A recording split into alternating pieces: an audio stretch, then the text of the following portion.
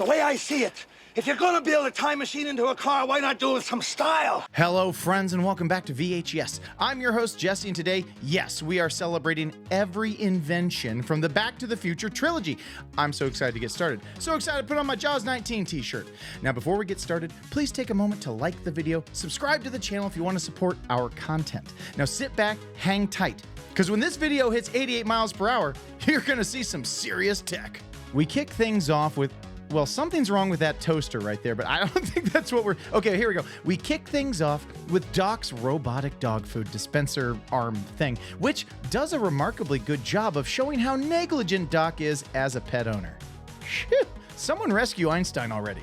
Here, Einie, jump through the screen, boy. Big speaker, let's go, big speaker. And by big speaker, I of course mean stupid big speaker. Name a more beloved Back to the Future invention with less screen time. Maybe the ceiling for... I don't actually want to argue about it. Here's my real question.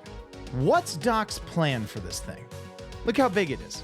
He had to build it in place, right? I mean, how far back are you supposed to listen from? It's a freaking garage. And check out when Marty skates away. Doc lives next door to a Burger King drive-thru. You're telling me he hasn't blown the windows out of an Astrovan or two with this thing? Wait, is this thing actually just a prank on Marty?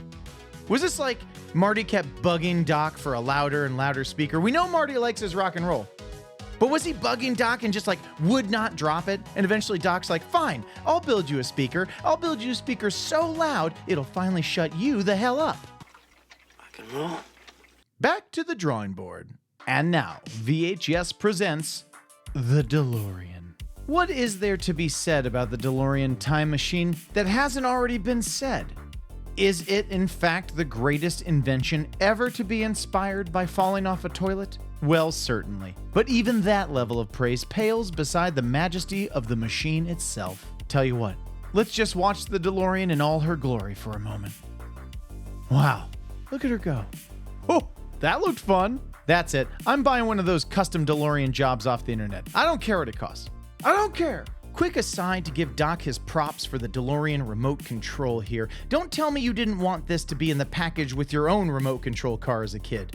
This is what we wanted. Not the stupid little plastic one wheel on the side, forward is right, back is left. Like, what is that? Back is left? Damn it. Just to prove I'm here to highlight all of Doc's inventions, not just the ones that, you know, work, let's take a quick look at the mind-reading helmet from 1955. Go ahead, Doc, give it a shot. You want me to buy a subscription to the Saturday Evening Post? No. One more time. Donations. You want me to make a donation to the Coast Guard Youth Auxiliary? Doc. Ha, yeah, not working. But that's all right. At least it looks stupid. You better believe I'm including Doc's model for their climactic Back to the Future scheme. And if you're a real fan of BTTF, you already know this won't be the last one. The model clearly demonstrates Doc's plan to capture the lightning strike and send it down the conducting wire just in time to contact the DeLorean as it hits 88 miles per hour. A brilliant plan, expertly displayed in miniature. Now, Doc's a little hard on himself with these presentations. Please excuse the crudity of this model. I didn't have time to build it to scale or to paint it. But I love this thing. Let's take a closer look. Check out the toolbox handle down here. Why is that standing up? What building is that supposed to be? And he's got the columns for the clock tower here, so what are the Coke bottles supposed to be? Hold on, let's check the real footage from earlier and, oh, holy smokes, the Coke bottles are trees. And they're like in the exact right spot.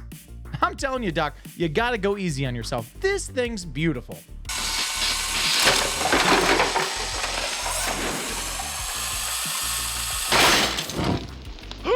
That's okay. Ignore that. At this point, we should mention the electricity conducting hook apparatus that Doc slapped on the back of the DeLorean. Super crucial piece of tech. Just, you know, not much else to say. Thanks, Hook. Our final mention in the first Back to the Future film has to be the zip line that Doc invents on the fly, by the way, when the connector down there gets severed by the falling tree. We've got a real nature versus technology battle going on here. But you know what they say about necessity being the mother of invention? Well, necessity also makes middle-aged men do crazy things. Look at Doc go. Let's go ahead and jump into part 2 for the next couple inventions on our list. You see them for the first time at the end of part 1, but as I've covered in previous videos, the beginning of part 2 is a shot-for-shot remake of the end of part 1 due to the recasting of the Jennifer role. Links are in the description if you want to find out more. But here comes Doc crashing into the McFly driveway with our next invention, Mr. Fusion. Mr. Fusion is the new power source for the DeLorean, and as you can see, it eats up whatever organic material you throw into it and converts it into pure energy. Also, for the youth out there, the name and branding of the Mr. Fusion is a reference to the popular Mr. Coffee brand from the 1980s. Spaceballs also has a joke about it. It was that big. What's the matter with this thing? What's all that churning and bubbling? You call that a radar screen? No, sir. We call it Mr. Coffee. Next up is the biggest improvement to an already beloved piece of tech. We're talking, of course, about the DeLorean's hover conversion. Oh, we're flying now, baby. Now listen, this is not one of Doc's own inventions, of course. We learned that hover conversion is commercially available in 2015, so even if Doc did a bootleg home job, it's still not his invention. There's a lot of this in part 2. I mean, by the time you get to 2015, everyone's an inventor, and we get some of the best tech from the entire series. So let's dive into Hill Valley of the future with some 2015 quick hits. Flying traffic stuff. Cars are gonna fly, exit signs are gonna fly. Doc gets to show off his knocker outer, which is terrifying. Who else has Doc used that thing on? Moving on. Now here's Doc's future camera that can show you people, only now with graphics. All right, here's the rejuvenation mask bit. Now, this only exists in the movie, so the filmmakers can justify not having to waste money on old guy makeup for Christopher Lloyd for the whole movie. But what is actually the joke here? I see people online saying that he looks younger when he takes the mask off, and that's the joke. But I've always read it as a joke about him looking the exact same because he looks the exact same. I am not seeing it. So please, let me know. What is your take on this one? What did you grow up thinking about this? Does he look the same? Does he actually look younger? Is it actually a joke? What happened? Oh boy, here come the Nike Air Mags with the power laces. Come on, man. Everybody wanted these growing up. I mean, everybody. So much so that Nike finally actually got around to making them for real, and now you can... What? They're already discontinued? This future sucks. Hey, look, the jacket's got power. Who cares? Marty heads into town and gets chomped by the Jaws 19 hologram movie ad, which I'm sure impresses any time tourist, but as you can see, the locals are already over it. Welcome to the Cafe 80s, where we feature several unique pieces of future tech, including cycle seats, the dangling TV waiters that have got to be knocking children on the floor constantly, the counter drinks dispenser, that's pretty cool, and of course, toys for babies. That's like a baby's toy. And here comes one of the granddaddies of Back to the Future tech, the beloved hoverboard. Now, I've got a bone to pick with director Robert Zemeckis about the hoverboard, but first, let me say how very cool this thing is, of course. It represents a level of freedom that no earthbound board can promise. Sure, it only hovers like a couple inches off the ground, and sure, it won't work on water. Unless you've got power! But still, incredibly cool. The coolest. And the filmmakers knew we would feel that way. They knew we would want it. Which leads me to the bone I need to pick. Roll the tape. Allow me to direct the court's attention to Exhibit A, the behind-the-scenes featurette that aired on television in 1989, in which Robert Zemeckis says this. The hoverboard is a board that hovers on magnetic energy, and it works just like a skateboard, except it doesn't have any wheels, and you don't have to have any pavement to hover on. And they've been around for years. It's just that parents groups have not let the toy manufacturers make them, and we got our hands on some, and we put them in the movie. He told us they were real, and I never, ever, ever forgot. Hey friends, Jesse jumping in with a quick reminder to like the video, subscribe to the channel if you want to support what it is we do here. We can't thank you enough. Now back to the future. And by the way, I didn't forget about the sports almanac. It's just not a gadget per se, or even a future invention. Almanacs have existed for hundreds of years at this point. Thank you. Welcome to the McFly home, where you can get a glimpse at many future household gadgets. And most of them still work. Sure, the TV window's a little f***ed up, but look how many screens this TV has. That's cool. Grandpa shows off his personal back adjuster on the way in. Pretty sure this is only in the movie, so it's harder to tell that that's not Crispin Glover down there. Dinner time. Here we see the famous Black & Decker hydrator. Great movie magic trick here. Good stuff, guys. But oh, here you go. This is my favorite home tech, actually. The ceiling fruit. It's good to see Marty Jr. getting his vitamins and minerals. Both McFly kids are using their future phones at the table, which are now essentially Google glasses. Only these are successful. Video calling with needles, but hey, we can do that right now, so whatever. We can also already send faxes. This is a funny one to me. They really thought we'd still be faxing. Huh.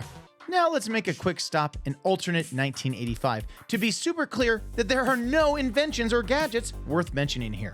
Well, maybe the boob jobs. You were the one who wanted me to get these things. I apologize. Back in 1955 for the second time, we're just running in circles here without any new inventions, so on we go to part 3. Let's jump in here with a look at Doc's 1955 edition of the Time Machine. All this stuff on the hood. Look at that cute little light bulb there, so quaint. All of this stuff is a contemporary replacement for the time circuit control microchip. I don't know about you, but I'd take Doc's steampunk contraption over a microchip any day. Doc shows up here just in the nick of time to save Marty from an early exit, and he does so with a really big freaking rifle, which comes pre-calibrated, by the way. They'll shoot the fleas off a dog's back at 500 yards, Tannen, and it's pointed straight at your head. But that's not all Doc has been getting up to. Check out this miniature freeze box. And by miniature, I mean, wow, that's the whole house, basically. Okay, maybe it's not so miniature, but wait till you see the sub-zero output this thing has. Iced tea?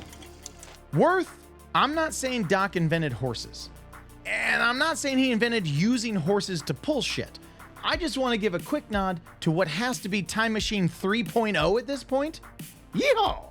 As promised, we're back with model number 2. If you thought model number 1 was crude, wait till you get a load of this one. It's basically a collection of loose wood with shit written on it. But the important thing is model number 2 demonstrates the exact same thing as demonstrated in model number 1. Exactly how bad this operation can go. I'm excited. Marty doesn't look excited.